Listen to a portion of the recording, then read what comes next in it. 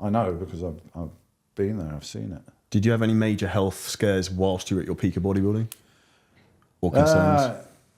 No, I mean, we didn't have the knowledge, like just a couple of books around and a few magazines, so not very little knowledge.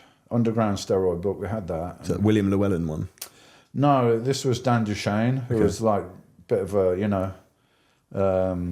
bit out there. He wasn't a medical doctor or anything, but he documented all the different stuff. And I think I put 2 books out, and the second one was like pretty much like, well, this is what I'm in Gold's Gym, and this is what they're doing for the Nationals, and this is what they're doing for the Olympia, and this, so we could see what other people were doing. And then I had a doctor, which is very unusual, and I know why. People didn't want to go to their doctor and didn't want to say to their doctor, I'm on anabolic steroids, can you help me? Because they literally like want to throw you out the surgery at that point. I don't know how it would be now, but they're like, what, steroids?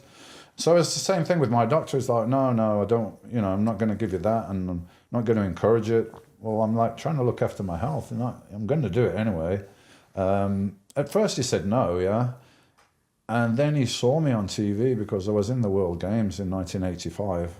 One weekend was in my first contest, novice, and everyone was so impressed. They invited me onto the British team as a heavyweight 2 weeks later in the World Games. And they filmed the opening ceremony of the World Games. It's like the, sports that didn't make the Olympic Games. It's like a junior Olympic Games. So there's lots of sports in there. And they had an opening ceremony, and the manager of the British team said, I want you and Della Shahabi, who was a female representative, to go out there to do the opening ceremony and take your top off and hit some poses. And of course, it's visual, right? So all the cameras came over, it got on TV, and my doctor said, I saw you on TV. And I was like, yeah, I know, mate. He said, well, I can see you're serious about this. That's what I'm trying to tell you, mate, He's like, all right then, so come every few months, I'll do your blood pressure and all this and give you some feedback. But all the other lads in the gym, they were like, nah, the doctor won't do anything. So nobody really knew what they're doing. So did I have any major problems? No, I didn't. What happened in my blood? Kidney readings were over normal. So they were higher than normal. Probably the amount of protein I was eating, 400 or 500 grams a day.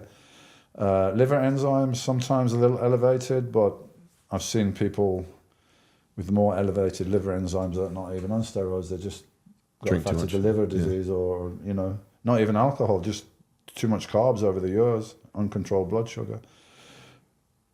So it wasn't anything major. The one thing that happened to me that was life-threatening that I could have died from was I had 6 weeks before the Mr. Olympia in 97, I started coughing up blood. Oh, shit.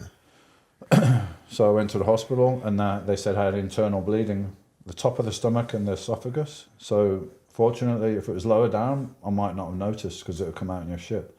But as it was up, it was irritating. I was coughing and it was coming out, so I knew I was bleeding inside. And this was 6 weeks before the Olympia, and I cough in the morning, there's blood coming up, and I'm like, that don't look good, but hey, I got to do my cardio. I'll deal with it after cardio. So I went downstairs to do my cardio and just like, come on, what's wrong with you? No, it's just okay. I couldn't even do it. I was like, okay, something's wrong. I get no oxygen. It must be from the blood. So I went to the hospital. They told me what happened. They held me in. I had blood transfusion and some little laser thing to close the vein. So he said, what are you doing? And I said, all right, here's all my stuff, and taking the steroids and growth hormone, anti-estrogen, all that. Oh, yeah, and this anti-inflammatory medicine that my doctor gives me for my shoulder. It's anti-inflammatory, wasn't it? Yeah, it was a thing from the doctor, yeah. He said, look here in the medical book. He said, very toxic to the stomach lining, should be taken for no more than 6 weeks. He said, how long have you been on it? I said, 2 years. Like, the doctor just kept giving me the prescription. He said, don't even come to see me. He said, just go and sign the thing and get your repeat prescription. That's the irony of the whole thing, though, right? That's the irony. Got all this stuff there then. And he's looking at all this. He's like, no. This is it. This is a thing. So, yeah, something that was prescribed from my doctor, and I'm self-medicating.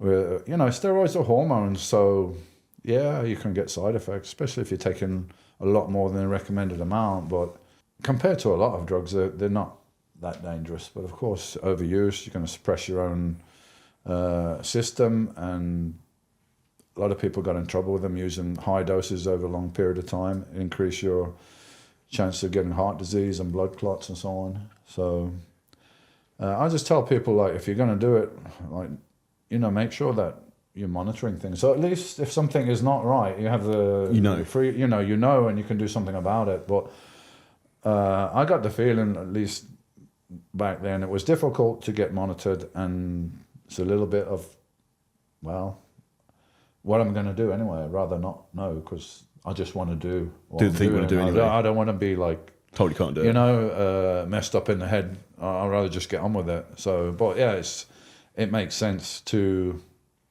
know what's going on and find out as much as you can if you're thinking about it. Like, Do you think the transparency with steroids and performance enhancing drugs now is actually of a better service to people, that people aren't just recklessly taking shit? Oh yeah, I mean, there's so much more advice you can get now with the internet, and doctors that kind of specialize in this. Even in the UK, you've got specialist doctors for hormones. We didn't have any of that, yeah. So, but it's totally different landscape now with the PEDs. It's like household stuff, right? Everyone knows, like, girls are on, just on a bit of VAR. You mean Anavar, oxandrolone? We're in this like femtest thing now. They take microdose amounts of testosterone. Yeah, well, which is a slippery slope. there is a case for that in women post-menopause, because women do have obviously a certain amount of testosterone in the system. So there is a case for supplementing that along with estrogen and so on with menopausal women to have a better quality of life. But when you're younger, it's a different story, right? It's just, I think it's just a cosmetic thing now, especially for a lot of guys, right? They want the look, and it's a quicker route to do it. Whereas before it was more like, well, I want to do a competition, or there's powerlifters in the gym doing powerlifting competitions. So it was more like the serious guys that were doing competitions, bodybuilding or powerlifting, bit of an inner circle thing. But now it's everyone knows about steroids, right? And they're used so widely now. Your favorite movie stars, when they're getting in really good shape for a movie, yes. In 6 weeks. Yes, they're using steroids. I mean, why not? They're getting paid a lot of money, right? More than the guy that wins the Mr. Olympia, so I guess they can justify it. Actors, musicians, it's everywhere. So, it was different. It was very much inner circle thing. Even when I first started going to the gym and asked a few guys about steroids, they were like a bit cagey, like, no, I'm not using anything, or, speak to me later, or whatever. So now you got more information on everything, steroids included. You've got the internet, some more information, which should be good, right? Sometimes it's not good, because you don't only have good information, you've got to sift through it and get rid of the bullshit information. So listen to somebody that's qualified, at least, to talk about what they're talking about.